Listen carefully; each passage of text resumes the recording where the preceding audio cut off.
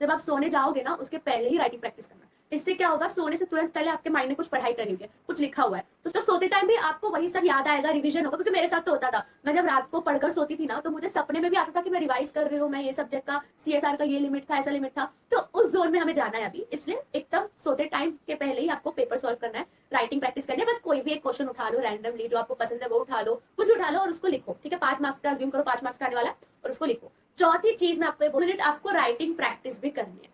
बस आधा घंटा समझ लो ये आप दे रहे हो अपने आप को सेल्फ स्टडी प्रिपरेशन के लिए। राइटिंग प्रैक्टिस करना कब करना, जब आप सोने जाओगे ना उसके पहले ही राइटिंग प्रैक्टिस करना। इससे क्या होगा, सोने से तुरंत पहले आपके माइंड में कुछ पढ़ाई करी हुई है, कुछ लिखा हुआ है, तो सोते टाइम भी आपको वही सब याद आएगा, रिवीजन होगा। क्योंकि मेरे साथ तो होता था, मैं जब रात को पढ़कर सोती थी ना तो मुझे सपने में भी आता था कि मैं रिवाइज कर रही हूँ, मैं ये सब्जेक्ट का सीएसआर का ये लिमिट था, ऐसा लिमिट था। तो उस जोन में हमें जाना है अभी, इसलिए एकदम सोते टाइम के पहले ही आपको पेपर सॉल्व करना है, राइटिंग प्रैक्टिस करनी है। बस कोई भी एक क्वेश्चन उठा लो रैंडमली, जो आपको पसंद है वो उठा लो, कुछ भी उठा लो और उसको लिखो। ठीक है, 5 मार्क्स का अज्यूम करो, 5 मार्क्स का आने वाला, अप्लाई करनी है और राइट तरीके से पढ़ना है। मेहनत मतलब राइटिंग प्रैक्टिस सर, बहुत सारे बार मतलब लिखना एक ही आंसर को। फिर मतलब जैसे कि आपका एक बोलते हैं एक कोड मतलब ट्रेडमार्क सर आपको दे और पेपर्स लिखो सर, वो मेन है सर। 8-9 पेपर। कितने पेपर्स लिखे आपने इस बार सर सर मैं बोलूँ आपको तो मैं जब से शुरू किया था ना ये जर्नी मेरा, नवंबर 17 से लेके अभी तक जितने भी पेपर्स हुए थे ना सारे के सारे लिखे थे, मतलब ओल्ड और न्यू दोनों भी। मतलब एडवांस अकाउंट्स को छोड़ के बाकी दोनों सब्जेक्ट तो ऑलमोस्ट सिमिलर ही आते हैं, तो वो तो लिखे थे मैंने। ओके, वो सारे पेपर आपने इस अटेम्प्ट से पहले लिख डाले थे। Right right. तो मम्मी ने बोला क्या राहुल, बोला कि तू सिर्फ टेस्ट पेपर्स देना शुरू कर। तो मैंने सब सर टेस्ट पेपर्स दिए, मतलब उनका शेड्यूल था कि मंडे और फ्राइडे तुमको पेपर्स देने। तो मंडे और फ्राइडे को बिफोर ऑफिस में जाता था पेपर देने, फिर वापस घर पे आके ऑफिस जाता था। राइट वो राइट रूटीन था मेरा। राइट। तो मैक्सिमम से बहुत बढ़िया। I think clear cut message Rahul ये है कि भैया मैक्सिमम मॉक टेस्ट दीजिए, मैक्सिमम से मैक्सिमम मॉक टेस्ट दीजिए। राइट। हाँ जी सर, हाँ जी सर, हाँ जी हाँ जी हाँ जी, पेपर टेस्ट करना जरूरी है सर। हम ऑडिट और आईटीएसएम को हल्के में ले लेते हैं कि हो जाएगा, लिखोगे नहीं तो कुछ नहीं होगा। Right right. ये राइटिंग प्रैक्टिस करना जरूरी है सर। हम ऑडिट और आईटीएसएम को हल्के में ले लेते हैं कि हो जाएगा, देखा जाएगा। लॉ को भी ऐसे ही सेम है, लेकिन लिखोगे नहीं तो कुछ नहीं होगा। Right right. राहुल एक बात मैं और पूछना चाहूंगा कि हम राइटिंग प्रैक्टिस नहीं करते सर। अब अगली बात सुन लो सारे के सारे। करता है कि सर हम लोग पढ़ तो लेते हैं लेकिन हमें राइटिंग प्रैक्टिस नहीं आती। हम राइटिंग प्रैक्टिस नहीं करते सर, हम लिखें कैसे सर ये नहीं पता। तो दोस्तों अगला गिफ्ट होली का आप क्वेश्चन भी होंगे, उसके आंसर भी होंगे। तो सबसे पहले तो ये गैस क्वेश्चन है, इसमें से काफी पेपर आ सकता है आपका, काफी पेपर आ सकता है, सबसे पहली बात। और दूसरी चीज आप राइटिंग प्रैक्टिस करेंगे घर पे।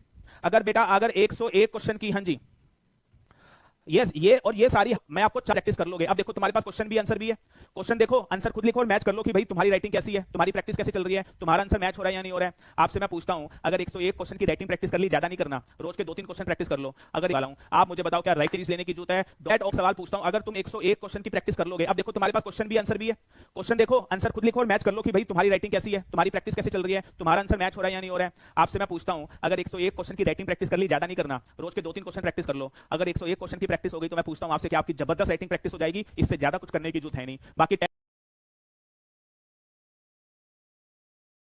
शीट्स आप ये लेके जाइए कि आपको चीजें याद करनी है, बाकी का आप ऐसा नहीं कि बुकिश लैंग्वेज में लिखना है, आप अपनी लैंग्वेज में लिख सकते हैं, आप अपनी लैंग्वेज में लिख सकते हैं, लेकिन टेक्निकल टर्म्स आने चाहिए। इसके लिए मैं आपको यही एडवाइस करूंगा, जब आप जेएचएल पढ़ रहे हैं तो लर्न करने की कोशिश कीजिए। एक चीज होती है समझ के सिर्फ हम आगे बढ़ जाते हैं, दूसरी चीज होती है उसको लर्न करें, याद करें। मेरे हिसाब से आप याद करने की कोशिश कीजिए, समझने के बाद वो रट्टा किसको बोलते हैं, बिना समझे याद कर लिया तो रट्टा है, लेकिन समझने के बाद उसको लर्न करें, वो सबसे बेस्ट प्रैक्टिस होती है, जो मैं भी फॉलो करता था एंड आई होप बहुत सारे लोग करते होंगे। सो आई होप कि बहुत सारी चीजें आपको इसमें मिली होगी।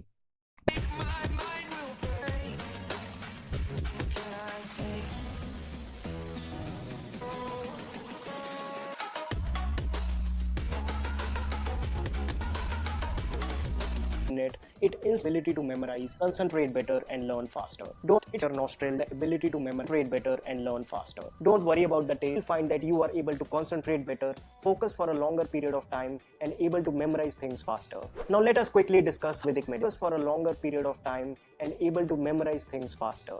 Now let us quickly test series is the most important investment that you can make. अगर आपके पास 10,000 रुपए हैं, 5,000 रुपए हैं, आप उनको बचा के टेस्ट सीरीज में लगा दो और कोई किताबें भी मत खरीदो। Get an internet connection and join a test series, that is enough. तो this is something which has help me enormously. मैं यहाँ आती थी, first test which I gave I ended it in 3 hours and 45 minutes, because मैंने सोचा था कि अब लिख के तो आऊंगी, जब आ रहा है तो आई विल राइट एवरीथिंग, चाहे जितना टाइम लग जाए। So I wrote everything and I always began with an introduction. मुझे एक बार I remember विजन के टेस्ट सीरीज में I got this comment कि introduction should be brief. It should not cover more than 1 page. But this is something which you should practice with it. You should learn कि अगर आपको 7 minute मिल रहा है and the question is something very basic, make in India पे question है, you know 10,000 points on it, but you have to write an introduction. आप एक लाइन जरूर लिखें कि मेक इन इंडिया क्यों रेलिवेंट है आज की कंट्री में। कुछ की हाँ मतलब मैं ये गलत सेकंड स्टेप पे आ जाएंगे जहाँ पे आपको पास्ट पेपर्स राइटिंग में लिखना है। Yes I know it sounds difficult, it sounds time consuming, but you have to do it bro. आपको रिटन में लिखना है, राइटिंग में लिखना है। देखो मैंने बोली कि दिन में 8-8 पेपर लिखो, दिन में बस एक पेपर, एक ठीक है, एक पास्ट पेपर लिखो, राइटिंग में एक एक आंसर लिखो, अपना स्पीड टेस्ट करो, अपनी क्वालिटी टेस्ट करो। चाहिए तो स्टार्टिंग में देखकर लिखो, बट सिर्फ एक हफ्ता, उसके बाद खुद से लिखो। इससे क्या होगा ना, आपको आदत बैठेगी पेपर अटेम्प्ट करने की, पूरा लिखने की। आपने अपने लाइफ में कभी पेपर लिखा नहीं, आप जाके ट्रायल कर रहे हो एग्जाम हॉल में, तो आप फेल होने वाले हो ना यार, इसमें किसी की गलती नहीं है, आप ही की रहेगी। इसलिए सेकंड स्टेप होगा, आप खुद घर पर बैठ के कोई भी पास्ट पेपर उठा लो, बट हाँ जितना मॉड्यूल दे रहे हो सबका आपको लिखना है। दिन में बस टारगेट रखो, एक तो पास्ट पेपर आपको सॉल्व करना ही करना है बाय राइटिंग, कंपलसरी राइटिंग, ठीक है। अब थर्ड स्टेप आ जाते हैं module reading. I am very much sure कि 99% जो भी आप फेल हुए ना, उन लोगों ने मॉड्यूल रीड नहीं करा, रीड करते नहीं बैठना। You have to study it, read it smartly. जो इंपॉर्टेंट चैप्टर्स है वो एकदम अच्छे से पढ़ो, जो नॉन इंपॉर्टेंट चैप्टर्स है, जो आपको लगता है कि मुझे आ जाएगा, वो सिर्फ ऊपर से देखो कि हाँ मतलब कुछ भी मिस नहीं होना चाहिए। बर्ड्स आई व्यू लो, हर एक कोने में आपकी नजर गई हुई है, हर एक कॉन्सेप्ट में आपकी नजर गई हुई है, ताकि कुछ भी पेपर में आया कुछ तो लिख कर आओ। और चौथा स्टेप एनालाइज करना है, ठीक है, वेयर वर यू रॉन्ग, वो मिस्टेक आपको दोबारा नहीं रिपीट करनी है। सेकंड, अपनी डेली पास्ट पेपर राइटिंग में डाल दो। इसका मतलब ये नहीं कि आप ओरली दूसरे पास्ट पेपर सॉल्व नहीं करोगे, पास्ट पेपर स्कैनर आपको करना ही करना है, बट उसमें बस ऐड ऑन कर दो कि एक राइटिंग में डालोगे। थर्ड स्टेप होगा आपका मॉड्यूल। आप जैसे नॉर्मल पढ़ते हो वैसे भी लिया, आपने रिवाइज भी मार लिया, बट आप उसको लिख ही नहीं पा रहे हो, तो वो मॉडरेटर तक, वो चेकर तक पहुंचेगा कैसे? अगर आप कुछ कर रहे हो बट आप उसको एग्जीक्यूट ही नहीं कर पा रहे हो, तो उस चीज का क्या फायदा? तो मैं ये आपको ये बताना चाहती हूँ कि you also have to do writing practice, and सिर्फ कभी कभी नहीं, daily. Now I am not telling you all कि हाँ आप लोग पूरे दिन लिखते रहो, पूरे दिन पेपर सॉल्व करते रहो ना, दैट मैं भी ये सब चीजें सजेस्ट नहीं करूंगी। But what you can do is, अब दिन में कोई भी सब्जेक्ट पढ़ रहे हो उसको कोई एक आंसर लिख दो, कोई भी अपने मनपसंद का क्वेश्चन उठा लो। अब क्वेश्चन कहां से मिलेगा? मॉड्यूल के चैप्टर्स के पीछे क्वेश्चन रहते हैं, मॉड्यूल के एंड ऑफ द बुक में क्वेश्चन रहता है, या फिर सबसे बेस्ट आप पास्ट पेपर्स उठा सकते हो सब्जेक्ट के, उसका कोई भी क्वेश्चन ले लो और बिना देखे लिखो, भले वो आपका फेवरेट क्वेश्चन हो, बट लिखो। आपके पास 30 डेज है और एक हैबिट डेवलप करने के लिए 21 डेज लगते हैं। सो आप आपकी हैबिट दिलाओ, इसलिए लिखना बहुत जरूरी है। आप दिन में लिखने के लिए टाइम निकालो, जब जब पढ़ रहे हो तब तक उसका कोई एक क्वेश्चन लिख दो, उसका कोई एक आंसर लिख दो। It hardly takes 10-15 minutes, but this would contribute a lot in your exam. First strategy मैं सजेस्ट करूंगी वो ये रहेगा कि past papers, a lot of past papers daily solve करो, जितना हो सके उतना सॉल्व करो। मैं आपको गारंटी दे सकती हूँ कि you will never regret solving past papers. हाँ, अगर आप अच्छे से कर रहे हो तो। ना मैं सॉल्व का मतलब ये नहीं बोल रही कि आपको लिखते रहना है वो पेपर, या फिर आपको देख के लिखते रहना है ना, ऐसा नहीं बोल रही। मैं ये बोल रही हूँ कि आप क्वेश्चंस देखो कि आईसीएस से कैसे क्वेश्चंस पूछता है, उनकी मेंटालिटी चेक करने की ट्राई करो। ये देखो कि अच्छा ये सब्जेक्ट से, ये टॉपिक से, ये चैप्टर से इन्होंने ये क्वेश्चन पूछा, मतलब वो ऐसे पूछ रहे हैं। आप समझ पा रहे हो मैं क्या बोल रही हूँ? आप उनकी मेंटालिटी को लिंक करो, ताकि जब आप मॉड्यूल पढ़ोगे तब आपके पास ऑलरेडी मेंटालिटी रहेगी कि हाँ सीएस ये क्वेश्चन ज्यादा इंपॉर्टेंट था, तो मुझे इस पे ज्यादा फोकस करना है। जब आप पास्ट पेपर सॉल्व करते हो तब आपको एक कॉन्फिडेंस आता है अंदर से कि हाँ मैंने सीएस के पेपर सॉल्व किए। आप डेली कर सकते हो। डेली कैसे कर सकते हो? आप दिन में सुबह या फिर रात में सोने से पहले कोई एक पेपर उठा लो एंड उसको सॉल्व करो। आईसीएसई का वेबसाइट देखोगे तो उसमें कितनी काम की चीज है, उन्होंने तो कब से तो उन्होंने पेपर्स अपलोड करके रखे हैं। आप हर एक इस चीज का पूरा फायदा उठाओ, पेपर्स देखो, वो कभी आप रिग्रेट नहीं करने वाले हो। मैंने आपको ये तो बता दिया कि आपको 1-1-1 रिवीजन वाला फंडा अप्लाई, 4-2-3 फोन देखती थी, खुद को मैं फील करती थी कि हाँ मैं कुछ कर रही हूँ अपने लाइफ में अच्छा, यू नो ऐसा सब सेरेनिटी बोलते हैं इसको, एक पीस के साथ रहना। तो it's very important at this moment of time. भले आप पढ़ाई कॉम्प्रोमाइज, इंपॉर्टेंट कि आप हाफ या 1 आवर खुद को दो, और इस मोमेंट पे तो बहुत ही ज्यादा जरूरी है। इस वीडियो का मैं समरी कुछ नहीं रख पाता, 1:1 का मॉडल का यूटिलाइज करो। सेकंड ये रहेगा कि आप पढ़ भी ले रहे हो, रिवाइज भी कर पा रहे हो, बट उसको एग्जीक्यूट नहीं कर पा रहे, इसलिए डेली राइटिंग प्रैक्टिस करो। मैं ये नहीं बोल रही कि 24/7 राइटिंग प्रैक्टिस करो, बट दिन में 15-20 मिनट्स एक शेड्यूल टाइम निकालो कि हाँ भाई इस मोमेंट पे तो मेरे को लिखना ही है, मेरे को राइटिंग प्रैक्टिस करनी है। और ये ज्यादा इफेक्टिव रहेगा अगर आप आपके एग्जाम के टाइमिंग में ही राइटिंग प्रैक्टिस कर रहे हो। फॉर इंस्टेंस जून में आई गेस 10 o'clock से एग्जाम स्टार्ट होता है, तो उस मोमेंट पे आप लिखने की प्रैक्टिस करो, तो आपके ब्रेन को हैबिट होगी उस मोमेंट पे लिखने की। थर्ड ये है कि दिन में एटलीस्ट 3 से 4 सब्जेक्ट कवर करो।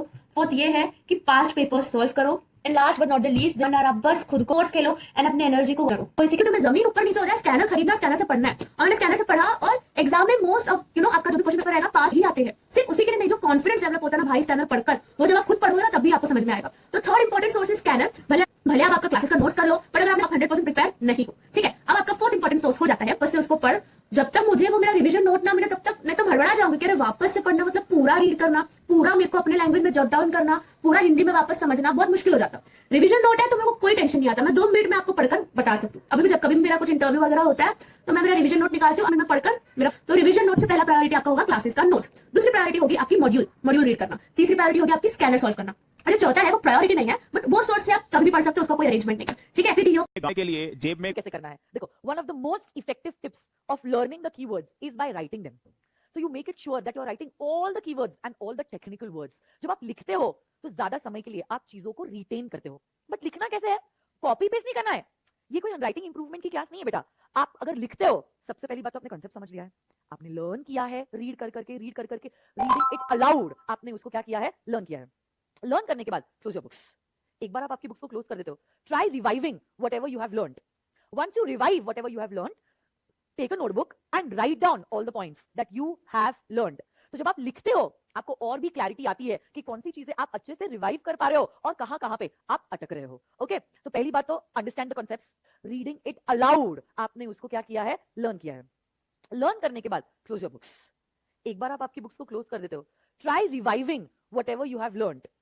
Once you revive whatever you have learned, take a notebook and write down all the points that you have learned. तो जब आप लिखते हो आपको और भी क्लैरिटी आती है कि कौन सी चीजें आप अच्छे से रिवाइव कर पा रहे हो और कहां पे आप अटक रहे हो. ओके, तो understand the concepts. Once you are done with the understanding part, read the points aloud and try learning the keywords. Close your books and write down all the keywords in the notebook in your own handwriting. अब जब आप लिखते हो, और एक चीज आपको mind में रखनी होती है कि आपकी हैंडराइटिंग रीजनेबली गुड है. हैंडराइटिंग रीजन, जब आप घड़ी के कांटे के हिसाब से आपको आंसर को लिखना है या वो पर्टिकुलर कॉन्सेप्ट को लिखना है, ताकि आपकी राइटिंग स्पीड भी इंक्रीज हो जाए और साथ साथ में आपकी हैंडराइटिंग जो है वो भी रीजनेबली गुड रह जाए. क्योंकि थियोरी में प्रेजेंट कैसे किया है वो बहुत रिवाइज. ओके, क्योंकि अब सही इंटरवल में रिवाइज नहीं करोगे, you will keep on forgetting the things that you have learned earlier. अगली चीज जो आपको करनी होगी that is solving the past examination papers. जी हाँ, आपके पास्ट पेपर्स को सॉल्व करना बहुत ज्यादा जरूरी है. कॉन्फिडेंस बूस्ट होता है एंड देन यू रियलाइज कि कौन से वो एक्चुअल टॉपिक्स है जो आपको डिफिकल्ट जा रहे हैं और कौन से टॉपिक्स में आप मास्टर बन गए हो.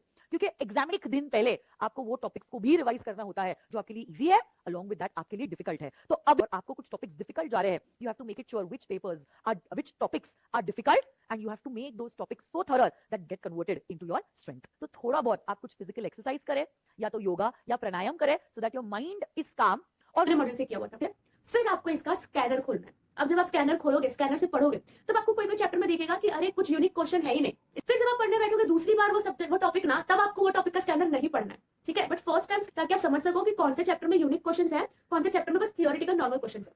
फिर आपको समझेगा कोई चैप्टर में केस स्टडी टाइप भी पूछा गया है, कोई चैप्टर में बस घुमा फिरा के थोड़ा बहुत पूछा गया है. तो एक बार आपको स्कैनर पढ़ लिया, आपने जॉट डाउन कर लिया, J18 में ये था, D16 में ये था, J16 में ये था, का प्राइमरी बेस है, हम लोग क्लासेस करते, चैप्टर रिवाइज करना है. फिर आपको स्कैनर में क्वेश्चंस के साथ वो सॉल्व करना है.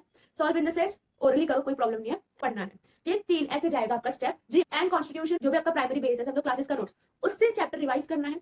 फिर आपको स्कैनर में क्वेश्चंस के साथ वो सॉल्व करना है. Solve in the sense orally करो, कोई प्रॉब्लम नहीं है. एंड फिर मॉड्यूल पढ़ना है, ये GIGL पढ़ने का. एंड सिविल तो मैं प्रैक्टिस करूंगा कैसे?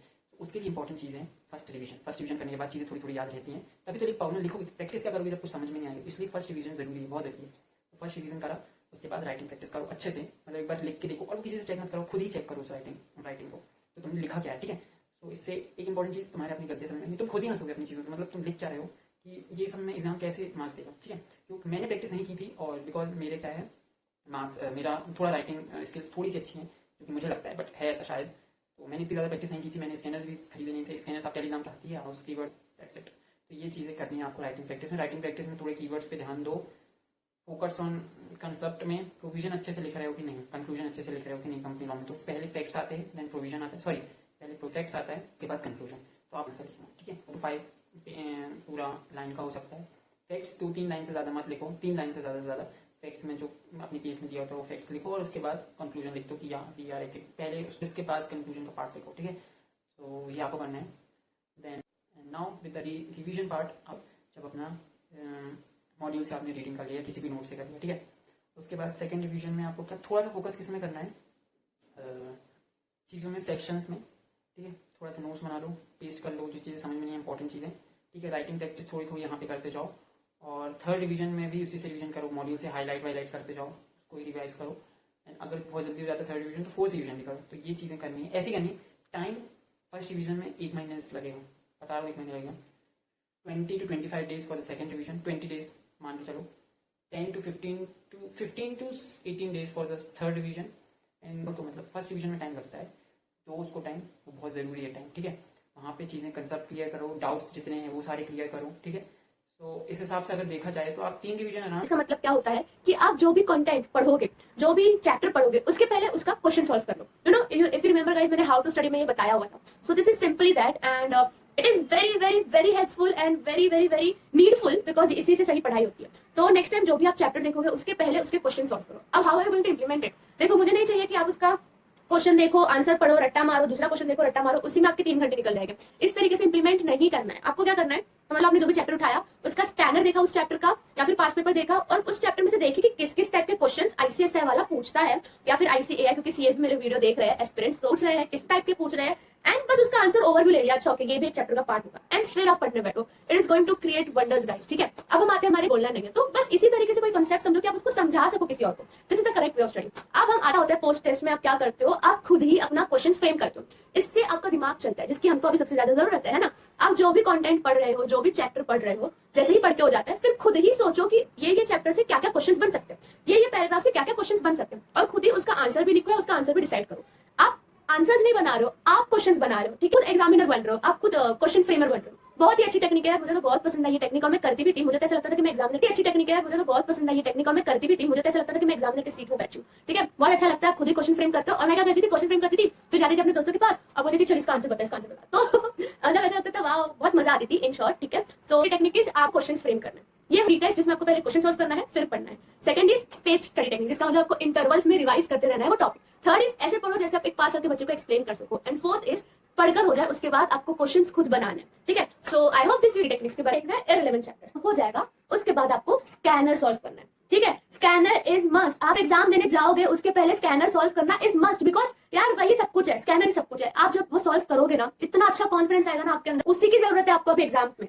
तो स्कैनर में आपको पूरा सॉल्व नहीं करते बैठना है। जब भी सेल्फ स्टडी करोगे ना, कोई क्वेश्चन पे जो आपको लगता है बहुत इंपॉर्टेंट है, बहुत रिपीटेड है, या फिर आपको शायद याद नहीं रहेगा, पढ़ना पड़ेगा, उसको स्टार मार्क कर देना, रेड हाईलाइट कर देना, कुछ भी कर देना, ताकि एग्जाम के टाइम पे आपको बस वही क्वेश्चंस हर एक चैप्टर से पढ़ना है। पूरा स्कैनर पढ़ने की कोई जरूरत नहीं है, बस वही पढ़ना जो आपने रेड मार्क किया हुआ है। अब एग्जाम से जैसे कराओगे, आपको ये सब करना है।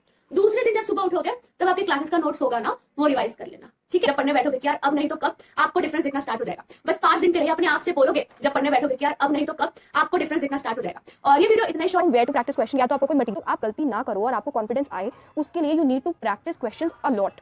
पहले आपने एक बार चीज पढ़ ली तो आप उसके क्वेश्चन करने से स्टार्ट करो, फिर सेकंड टाइम जब उसको उठाओ तो उसके क्वेश्चंस करो, एक्टिव रिकॉल करो चीजों को, और फिर उसके क्वेश्चंस करो। जब आप क्वेश्चन के थ्रू चीजों को अप्रोच करोगे तो आपको क्लैरिटी मिलेगी। करो, एक्टिव रिकॉल करो चीजों को, और फिर उसके क्वेश्चंस करो। जब आप क्वेश्चन के थ्रू चीजों को अप्रोच करोगे तो आपको क्लैरिटी मिलेगी कि कहाँ मेरी नॉलेज में भी गैप है जो मुझे पढ़ने की जरूरत है। Now from where to practise question, या तो आपको कोई मटेरियल होगा, अगर आपका डिस्क्रिप्टिव टाइप क्वेश्चन पेपर है तो आपके पास उसके पास के क्वेश्चन होंगे, कुछ एमसीक्यू, कुछ एमटीपी या मॉडल टेस्ट पेपर टाइप होंगे, वो करें। सजेस्टेड क्वेश्चन जो भी होते हैं आपके, जो भी आपका करिकुलम है, नॉट, क्योंकि पेपर में आने हैं क्वेश्चन, कोई वाइवा नहीं होगा, कोई रैंडमली कोई आप पे प्रोविजन थ्रो नहीं करेगा, क्वेश्चंस के रूप में पूछेगा। तो क्वेश्चन जरूर प्रैक्टिस करें, तभी आपको कॉन्फिडेंस फील होगा किसी पर्टिकुलर चैप्टर में या किसी पर्टिकुलर सब्जेक्ट में।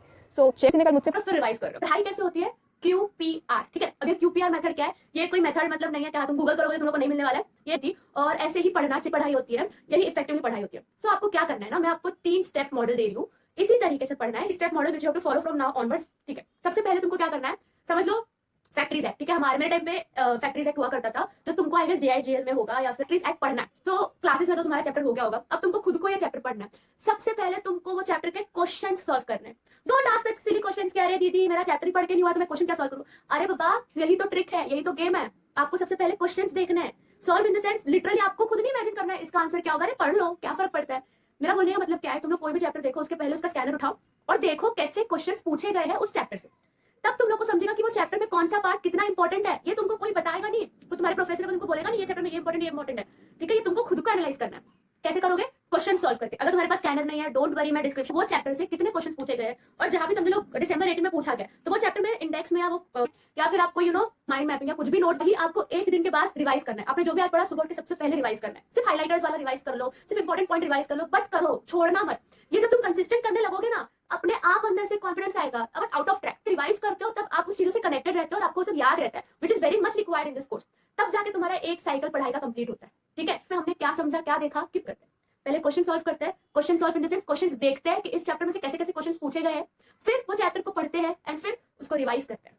सो this is how you solve करोगे, ठीक है। अब क्वेश्चंस कहां से सॉल्व करोगे? उसके पास्ट पेपर्स एंड स्कैनर, बस इसी 2 जगह से आपको उसके क्वेश्चन सॉल्व करने। समझो आप कंपनी से होगा, इससे क्या फायदा, जब आप ये 10 दिन करोगे ना रेगुलरली, फायदे तुरंत समझ में आएंगे। बिकॉज यार गधा मजूरी नहीं करनी नहीं हमको, कोई बीकॉम या स्कूल का एग्जाम नहीं है कि आपको हर एक चैप्टर बहुत अच्छे से पढ़ना है, हर एक चैप्टर को 100%, इसका सिलेबस बहुत वास्ट पढ़ना है। तो जब कभी चैप्टर पढ़ोगे उसके पहले आप आपका क्वेश्चन देखोगे ना, आपको समझ में आएगा कि यार अच्छा इस चैप्टर में से ये बहुत इंपॉर्टेंट है, इस चैप्टर में से ये बहुत इंपॉर्टेंट है। इससे का स्टडी पैटर्न क्या है, आईसीएसई कैसे क्वेश्चन चाहिए, हमने थोड़ा गधा मजूरी की तरह एग्जाम में किया है, हर अकाउंट्स तक में किया तो लिया, जैसे कि मैंने कहा हमने बॉडी तो बना लिया, तो जो भी आपने पढ़ा उसको वहीं पे भूल नहीं जाना है। Studying is all about revising, जितना उसको रिवाइज करोगे उतना आपको टॉपिक याद रहेगा। तो कोई इस स्ट्रेटजी को भाव नहीं देता, कोई इसको फॉलो नहीं करता, विच इज हमने अनलिमिटेड क्वेश्चन सॉल्व कर रखे हैं। पढ़ाई करने से ज्यादा हमने क्वेश्चन सॉल्व कर रखे हैं, बिकॉज आपको क्वेश्चन सॉल्विंग का पावर का अंदाजा नहीं है कि कितना बड़ा इंपैक्ट पड़ता है हमारे ब्रेन पे क्वेश्चन सॉल्विंग का। सिर्फ स्कैनर से ही नहीं, सिर्फ पास्ट पेपर से नहीं, बल्कि मॉड्यूल के पीछे जो क्वेश्चन रहते हैं ना, आप आपके मॉड्यूल के एकदम लास्ट पेज पे आ जाओ, वहां पे आपको एक क्वेश्चन पेपर दिखेगा, उसमें से भी पूछा जाता है आपके एग्जाम्स में, और हर एक चैप्टर के पीछे भी क्वेश्चन दिए गए हैं। वो भी आप जैसे चैप्टर पढ़ लोगे, जैसे चैप्टर खत्म हो जाएगा, वो क्वेश्चन आपको सॉल्व करना है, वो भी राइटिंग प्रैक्टिस के साथ। ये 2-in-1 स्ट्रेटेजी है। इससे क्या होगा, आपका पास्ट पेपर भी सॉल्व होगा, आपका राइटिंग प्रैक्टिस भी होगा। तो ये जो है वो हम रैंकर्स फॉलो करते होता है ना, हमारे सर हमको बोलते हैं तुम पास्ट पेपर भी सॉल्व करो, तुम राइटिंग प्रैक्टिस भी करो, ये भी करो, वो भी करो। भाई ये सब पॉसिबल कैसे होगा ना, दिन में सिर्फ 24 घंटे होते हैं। तो हम प्लग कर दिया करते थे पास्ट पेपर्स को, राइटिंग प्रैक्टिस को, स्कैनर उठाते थे, एक क्वेश्चन उठाते थे, उसका आंसर देखते थे और खुद ही से लिखते थे।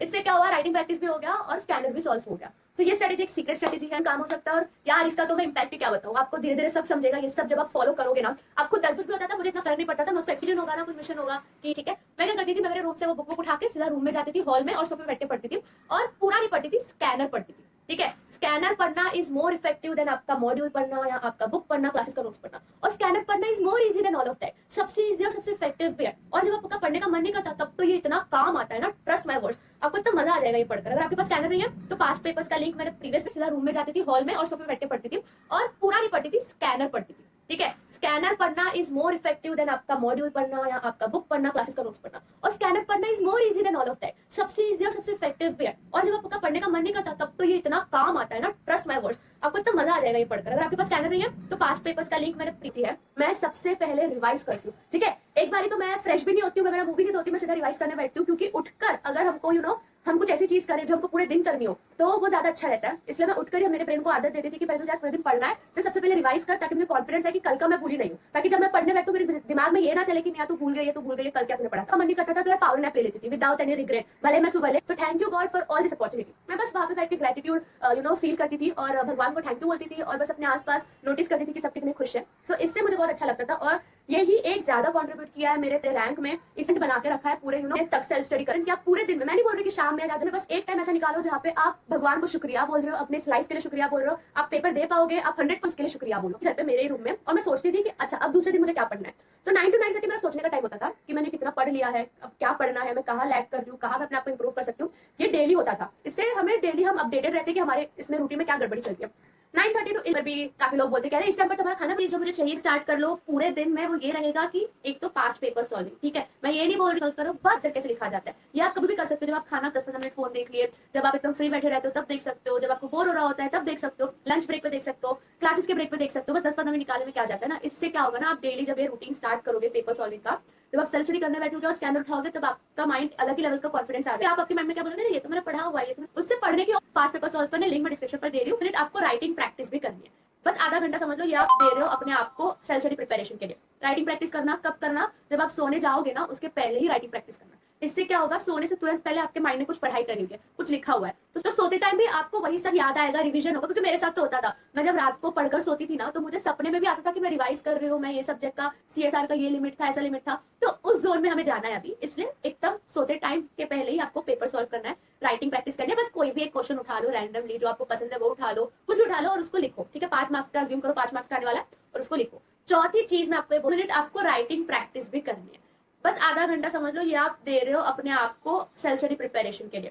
राइटिंग प्रैक्टिस करना कब करना, जब आप सोने जाओगे ना उसके पहले ही राइटिंग प्रैक्टिस करना। इससे क्या होगा, सोने से तुरंत पहले आपके माइंड में कुछ पढ़ाई करी हुई है, कुछ लिखा हुआ है, तो सोते टाइम भी आपको वही सब याद आएगा, रिवीजन होगा। क्योंकि मेरे साथ तो होता था, मैं जब रात को पढ़कर सोती थी ना तो मुझे सपने में भी आता था कि मैं रिवाइज कर रही हूँ, मैं ये सब्जेक्ट का CSR का ये लिमिट था, ऐसा लिमिट था। तो उस जोन में हमें जाना है अभी, इसलिए एकदम सोते टाइम के पहले ही आपको पेपर सॉल्व करना है, राइटिंग प्रैक्टिस करनी है। बस कोई भी एक क्वेश्चन उठा लो रैंडमली, जो आपको पसंद है वो उठा लो, कुछ भी उठा लो और उसको लिखो। ठीक है, 5 मार्क्स का अज्यूम करो, 5 मार्क्स का आने वाला अप्लाई करनी है और राइट तरीके से पढ़ना है। आपको माइंडसेट में ये बना के रखना है कि भाई ना पॉजिटिव रहना है ना नेगेटिव रहना है, पास है तो पास, फेल है तो फेल। क्या फोकस करना है कि मैं अपना 100% दूंगी ये अटेम्प्ट में, चाहे कुछ भी हो जाए, कोई भी प्रॉब्लम आ जाए, कोई भी बड़ी रुकावट आ जाए मेरे रास्ते पे, but I am going to do it anyhow. बस ऐसा माइंडसेट रख के आपको पढ़ना है, सब ठीक हो जाएगा और आपको ये अटेम्प्ट बहुत अच्छे से निकल जाएगा। टाइम देने की जरूरत है।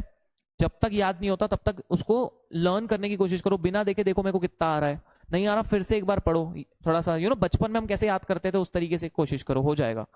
उसके बाद में लेकिन आप कंटिन्यूसली बोलते थे कि लिखो लिखो। सर मैं लिखने का बहुत बड़ा चोर था सर, अभी भी मतलब मेरी मम्मी तो वही बोलती कि तू लिखने का बहुत बड़ा चोर है। तो बाद में फिर सर कोविड भी आ गया था, May 20 देने वाला था, फिर नहीं हुआ, नहीं हुआ। जो है वो क्लियर होता है। हाँ। 7th में ऐसा आपने क्या कर दिया? सर मतलब डबल ट्रिपल मेहनत, मतलब मेहनत तो सब करते हैं सर, लेकिन राइटिंग प्रैक्टिस सर बहुत सारे बार मतलब लिखना एक ही आंसर को। फिर मतलब जैसे कि आपका एक बोलते हैं एक कोड मतलब ट्रेडमार्क सर आपको दे और पेपर्स लिखो सर, वो मेन है सर। 8-9 पेपर। कितने पेपर्स लिखे आपने इस बार 7th से? सर मैं बोलूं आपको तो मैं जब से शुरू किया था ना ये जर्नी मेरा, November 17 से लेके अभी तक जितने भी पेपर्स हुए थे ना, सारे के सारे लिखे थे, मतलब ओल्ड और न्यू दोनों भी। मतलब एडवांस अकाउंट्स को छोड़ के बाकी दोनों सब्जेक्ट तो ऑलमोस्ट सिमिलर ही आते हैं, तो वो तो लिखे थे मैंने। ओके, वो सारे पेपर आपने इस अटेम्प्ट पहले लिख डाले थे? राइट। तो मम्मी ने बोला क्या राहुल, बोला कि तू सिर्फ टेस्ट पेपर्स देना शुरू कर। तो मैंने सब सर टेस्ट पेपर्स दिए, मतलब उनका शेड्यूल था कि मंडे और फ्राइडे तुमको पेपर्स देने। तो मंडे और फ्राइडे को बिफोर ऑफिस में जाता था पेपर देने, फिर वापस घर पे आके ऑफिस जाता था। राइट, रूटीन था मेरा। राइट। तो वो ओके, बहुत बढ़िया। आई थिंक मैक्सिमम से बहुत बढ़िया। I think clear cut message Rahul ये है कि भैया मैक्सिमम मॉक टेस्ट दीजिए, मैक्सिमम से मैक्सिमम मॉक टेस्ट दीजिए। राइट। हाँ जी सर, हाँ जी सर, हाँ जी हाँ जी हाँ जी। पेपर किस करना जरूरी है सर, हम ऑडिट और ITSM को हल्के में ले लेते हैं कि हो जाएगा, लिखोगे नहीं तो कुछ नहीं होगा। Right, right. ये राइटिंग प्रैक्टिस करना जरूरी है सर, हम ऑडिट और ITSM को हल्के में ले लेते हैं कि हो जाएगा, देखा जाएगा। लॉ को भी ऐसे ही सेम है, लेकिन लिखोगे नहीं तो कुछ नहीं होगा। Right, right. राहुल एक बात मैं और पूछना चाहूंगा कि अजय जैन सर के इंस्टीट्यूट में एक बोर्ड लगा रखा है, intelligence can fail but hard work can never. यहाँ बसा लिया था मैंने उसको अपने। मुझसे बहुत इंटेलिजेंट बच्चे, मेरे खुद के मुझसे बहुत ज्यादा इंटेलिजेंट दोस्त, जिनको बीकॉम ऑनर्स मिली थी, मुझे बीकॉम ऑनर्स नहीं मिल पाई थी because of my percentage in class 12th। But मैं उस लाइन को पढ़ के इतना खुश होता था कि भाई ये इंटेलिजेंट ही तो है ना, मैं हार्ड वर्किंग बनूंगा। बोलो ना हार्ड वर्किंग। और ये स्मार्ट वर्क वाला चोचला भाई, ये लोग कह के चले गए स्मार्ट वर्क क्या है, स्मार्ट वर्क क्या है? Smart work is the by product of hard work, please remember this. Smart work is the by product of hard work. जब हार्ड वर्क करते तो जाके स्मार्ट वर्क के रास्ते बनते हैं। जो डायरेक्टली स्मार्ट वर्क के रास्ते बना लेते हैं या डायरेक्टली स्मार्ट वर्क के लिए सोचते हैं कि आप कब करना, अब तो कभी नहीं होगी। कैपेसिटर 99% लो, ज्ञान कभी 100% नहीं होगा। Month left to your examination, you're doing or starting in the second reading, make sure you follow all of these steps. Number 1, you have to revise everything that you have studied in the first reading from the same material. Don't jump to any new notes or new material even though they look very crisp and nice. You have to read the entire material all over again. Every underlined portion and every single important question that you have marked, you have to solve that. Secondly, if you're a CA student, make sure you do the revision test papers of the past 2 attempts. Thirdly, you have to ensure that you do at this time at least 2 past exam papers that will give you an idea of what kind of questions come in the examination and what is the pattern of the paper. Finally, last 1 month is to revise what you have already studied, not to take up topics that you have never studied before. Prioritize revising the entire subject first, and then after that, if any time is left, then do any new topics. Otherwise, please avoid doing any new topics. All the best. % of the students sitting in the examination. Stop revising and start recalling. ये जो हमारा पढ़ने का तरीका होता है ना कि हम एक फ्लंक होने के बाद हम वापस से अपनी बुक फर्स्ट करा, whenever I am on terrace having a walk or whenever I am just sitting, so I used to close my book, I used to take a pen and paper और मैं लिखना शुरू करती थी कि director chapter है उसमें आसपास मैं एरो करके कि इसमें क्या क्या सेक्शंस हैं, and I started to recall कि इस सेक्शन में कितने प्रोविजन है। अब आप एक्टिवली रिकॉल कर रहे हो, ये एक्टिव स्टडी का मेथड है, और जो हम बैठ के सिर्फ बुक के पेजेस शफल करते हैं वो एक पैसिव मेथड है, वो ज्यादा इफेक्टिव नहीं है। एक्टिव मेथड करने से क्या होता है कि एक तो आपका माइंड उस टाइम एक्टिव है, आपका माइंड सोने वाले मोड में नहीं चला गया, वो मोनोटनी को आपने ब्रेक करा क्योंकि आप एक्टिवली अपने माइंड को बोल रहे हो कि प्लीज इस चीज को रिकॉल करो। अब आपका माइंड जो भी आज तक पढ़ा है, जो भी उसने पिछले अटेम्प्ट में पढ़ा था, इंस्टेड ऑफ कंप्लेनिंग कि ये पढ़ा हुआ है, अब वो रिकॉल करना स्टार्ट करता है कि मैंने एक्जैक्टली क्या पढ़ा है। आप रिकॉल कर लीजिए कि आपने क्या क्या पढ़ा था। आई अंडरस्टैंड कि आप सारा रिकॉल नहीं, तो इमीडिएट स्टॉप योर रिकॉलिंग और you are done with your recalling thing.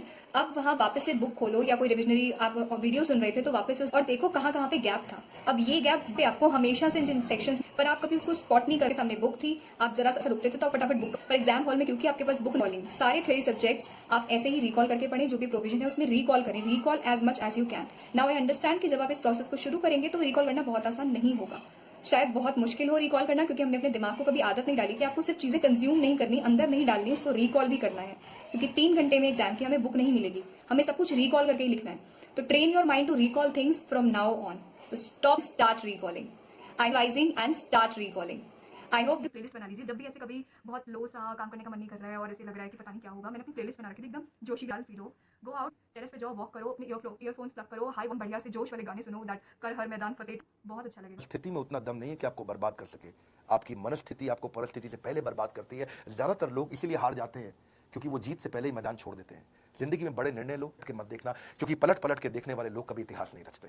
तो फिर गड़बड़ हो जाती है, लिखते नहीं बनता पेपर, क्यों नहीं बनता मैं आपको बता रहा हूं। पहली चीज तो कई मतलब मेजॉरिटी प्रॉब्लम आपकी लर्न करने से उसको सॉल्व हो जाएगी। दूसरी चीज है जब कोई जैसे कोई शब्द है, जैसे मान लीजिए फॉर एग्जांपल आप टेक्निकल वर्ड कई बार आंसर में लिखते समय ध्यान नहीं आते, आपको समझ में आता है कंसेप्ट, लेकिन टेक्निकल वर्ड वहां पे वर्ड क्या आना चाहिए ये कई बार हम नहीं समझ पाते, वहां पे शब्द क्या आना चाहिए ये कई बार हम नहीं समझ पाते हैं। तो ऐसे केसेस में दोस्तों ध्यान देना, शब्द क्या लिखने हैं हमारे को, उसके लिए टेक्निकल वर्ड जितने भी जीआईजीएल में उसको आपको ध्यान रखना पड़ेगा। आई विल से उसको भी आपको साथ साथ में पॉइंट्स के लर्न करना पड़ेगा। मतलब जीआईजीएल में पूरा रट्टू बनने की जरूरत नहीं है, आप पॉइंट्स अच्छे से याद कीजिए, आप टेक्निकल वर्ड्स अच्छे से याद कीजिए, आपका काम 100% आसान हो जाएगा, 100% आसान हो जाएगा। ठीक है, 100%। मैं आपके क्वेश्चंस ले रहा हूं, पहले valid and invalid part. Valid part is capable of giving effect to legislature intention, then it will survive, otherwise whole law will become invalid. Points को लर्न करके अब जैसे मैंने इसको पढ़ा, मैं 2-3 बार मन में इसको रिवाइज करूंगा, मन में दो बार कम से कम। Not whole law is invalid, only such part of law is invalid which is inconsistent to fundamental right. If after separating valid and invalid part, if valid part is capable of giving effect to the legislature intention, then it will survive, otherwise whole law will become invalid. मैंने इसको इससे क्या होगा, मेरे को वो learn हो गया। अब अगली बार मैं जब इसको पढ़ूंगा मेरे को सिर्फ देखना रहेगा, सिर्फ एक बार पढ़ूंगा मेरे को याद आ जाएगा वो। अगर आप पढ़ने के बाद आंख बंद करके एक बार उस चीज को रिवाइज कर सकते हैं, इसका मतलब ये है कि वो आपको लर्न हो गया। अगर नहीं कर सकते तो एक और बार पढ़ के फिर करना है। तो ऐसे हर क्वेश्चन में तो नहीं कर पाओगे, लेकिन जहां आपको लग रहा है कि भाई ये मेरे को मैं लग सकता है कि भूल सकता हूं, ये मेरे को लग रहा है कि यार इसकी लैंग्वेज थोड़ी टफ है, तो उसको आपको लर्न करना पड़ेगा। But this is known as nostalgia. इस तरीके से आपको पढ़ाई करनी है जब आप पढ़ने बैठ रहे हो। अब मैं आपको प्लानिंग बना के कुछ चीजें याद करनी है, बाकी का आप करनी है, बाकी का आप ऐसा नहीं कि बुकिश लैंग्वेज में लिखना है, आप अपनी लगते हैं,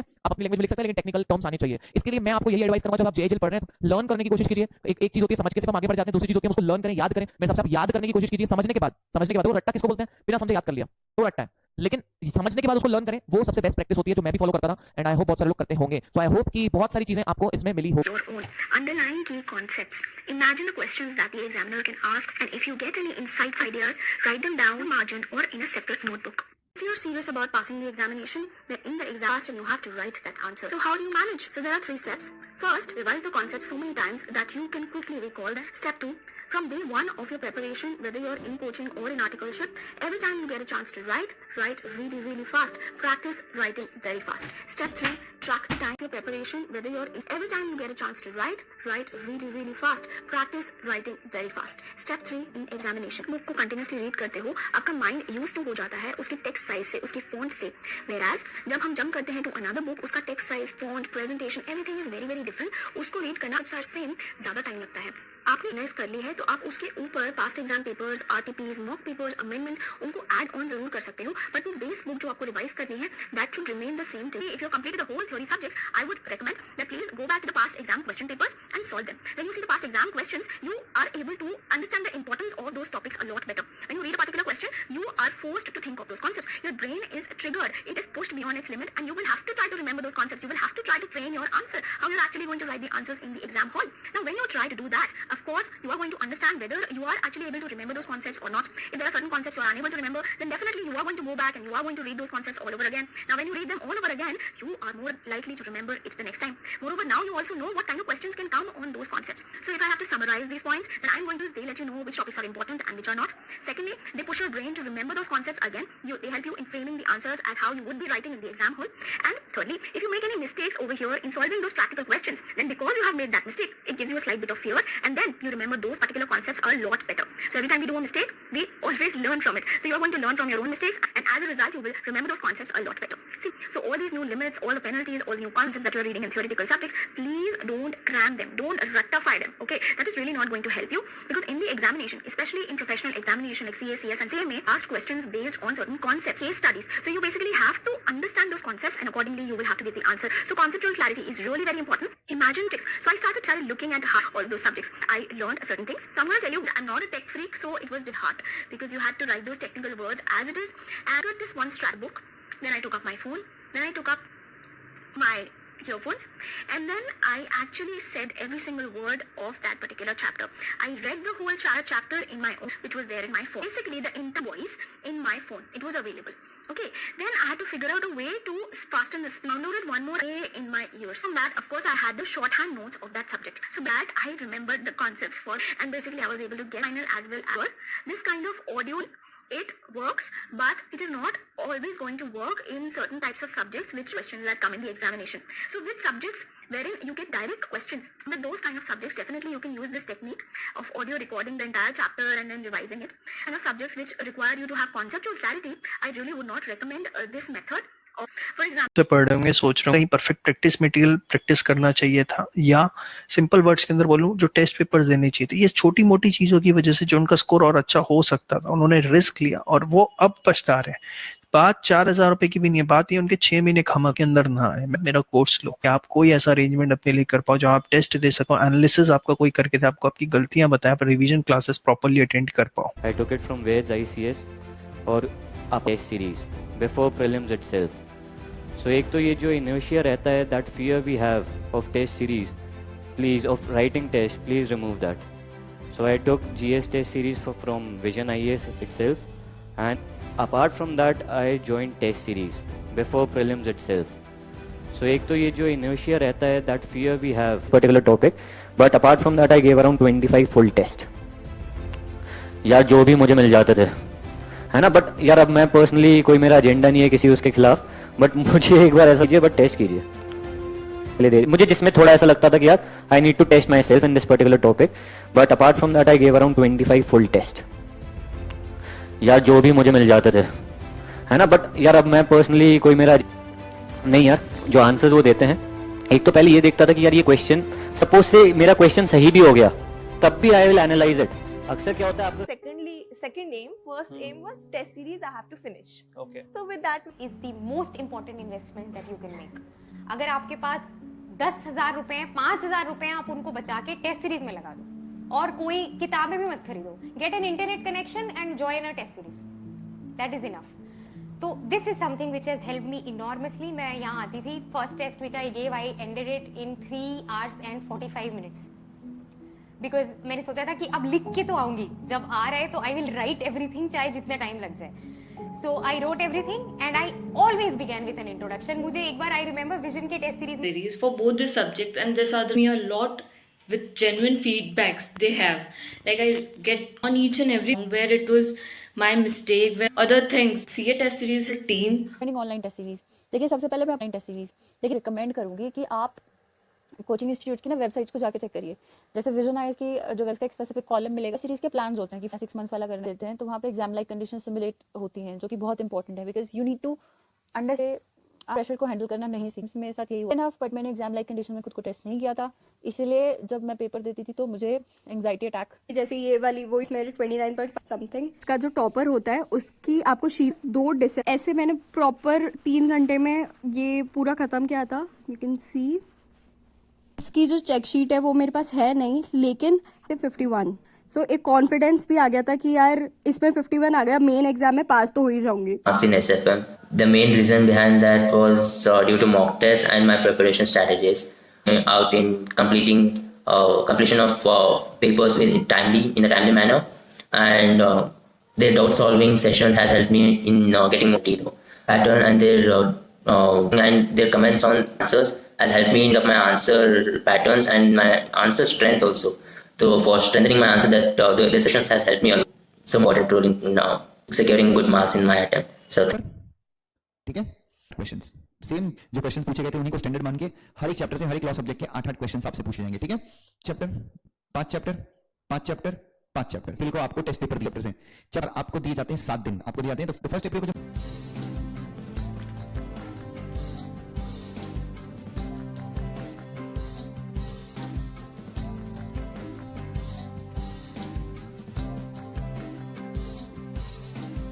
केस स्टडीज में एग्जामिनर को थोड़ा इमोशनल कर सकते हो। तुम भी स्ट्रक्चर बहुत अच्छा करते हो, just less practice and right approach are your problem. चाहे आंसर आता हो या ना आता हो, एक भी क्वेश्चन छोड़ना सुसाइड है। Start listening to positive affirmation. 753 rule of answer writing. Finish each answer in 7 minutes. Write 5 points related to keyword, then elaborate each point in 3 dimensions.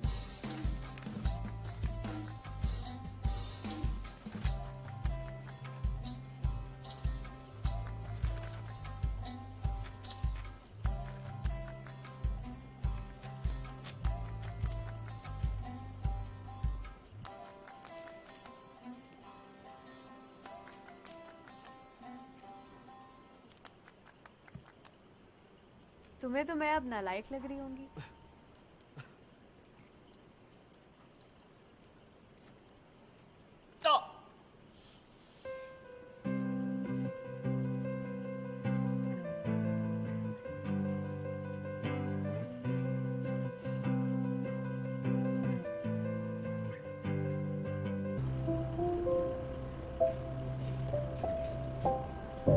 मैंने वहाँ पे बिना देखे अरे नहीं, ओके, छुट्टी तो है, सैलरी थोड़ी मैं ले लूंगा, तो प्रैक्टिस हो जाएगी। रिवीजन शुरू कर दिया, वी का रिवीजन शुरू करा। हाँ, अरे नहीं वो आंसर राइटिंग फाइट चल रही है तो अभी नहीं किया। तुम टेस्ट सीरीज ज्वाइन कर लो ना, तब आकर प्रैक्टिस करो। तुम बहुत प्रैक्टिस करती हो? मैं रोज एक पेपर तो करती हूँ, 9 to 12 या sometimes 2 to 5। UPSC type, very nice. अच्छा एक रिक्वेस्ट है, प्लीज हाँ मेरी भी प्रैक्टिस हो जाएगी।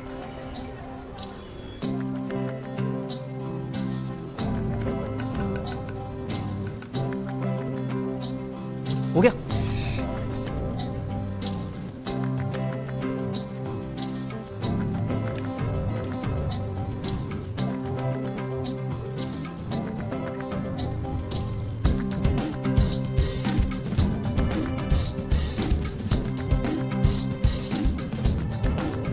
मैं तो तुम्हें नालायक लग रहा हूँ।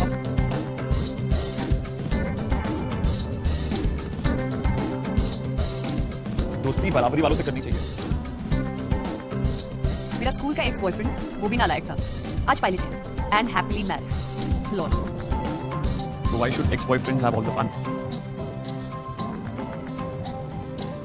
Let's write another paper and have fun.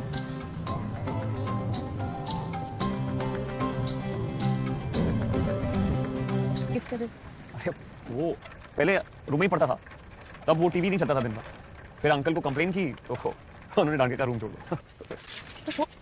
तुम ही बताओ, लाइफ में भी आईएएस बनने से ज्यादा कुछ भी क्या अभी क्या राजेंद्र नगर में रूम तो मिलता नहीं है, पता ही तुम्हें। लो marks. What do you mean? मुझे फील हुआ कि तुम्हारी लाइफ में अप्रोच थोड़ी नेगेटिव है, ट्रिप करते रहते हो, पेपर पूरा नहीं हुआ, नए फ्रेम्स नहीं ट्राई करने, नालायक हूँ तो नो दोस्त एंड ये, एंड आई थिंक ये अप्रोच कहीं ना कहीं तुम्हारे आंसर्स में है। तो तुमको भी लगता है मैं नेगेटिव हूँ? नहीं, मैं हमेशा पॉजिटिव साइड देखती हूँ, और अब से तुम्हें भी देखनी चाहिए। Thank you. एक मिनट, गिफ्ट मेरा है तो नाम भी मेरा होना चाहिए ना। सी लाइफ में आपके अकॉर्डिंग कुछ ना होना तो आपको अपनी अप्रोच बदल के देखनी चाहिए। वीडियो क्लास में देखा क्या बात? Forget examiner standard, we write answer sheets together और एक दूसरे की कॉपीज चेक करेंगे और एक दूसरे के आंसर से जितना इंप्रेस होंगे उतने मार्क्स देंगे। व्हाट डू यू से? Works.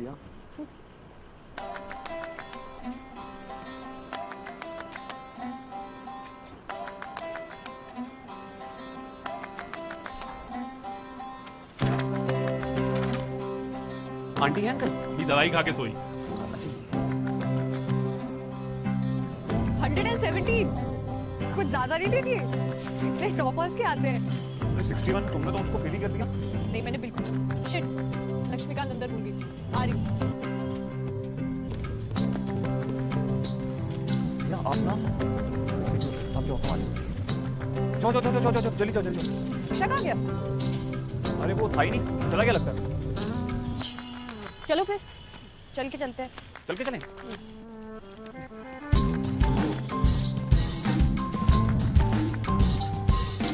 To fight terrorism Commonwealth में पाकिस्तान को आइसोलेट कर देना चाहिए। Seriously? As a diplomat, you should promote hope rather than being a hurdle. India and Pakistan must view Commonwealth as a medium where they can jointly combat और इस hopeful approach का साथ जैसे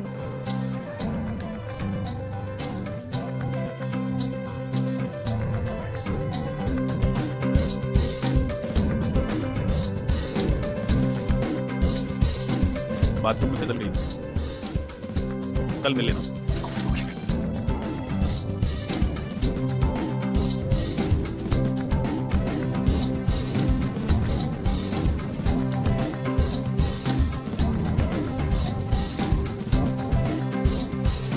केस स्टडीज में examiner को थोड़ा emotional कर सकते हो। तुम ये स्ट्रक्चर बहुत अच्छा करते हो, just less practice and right approach are your problem. चाहे आंसर आता हो या ना आता हो, एक भी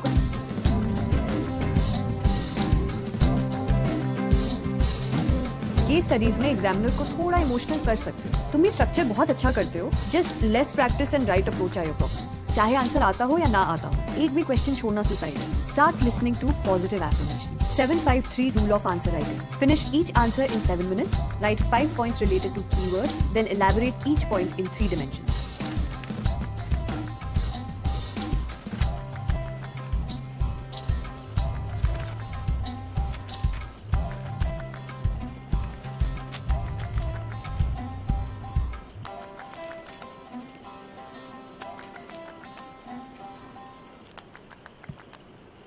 तुम्हें तो मैं अब नालायक लग रही होंगी।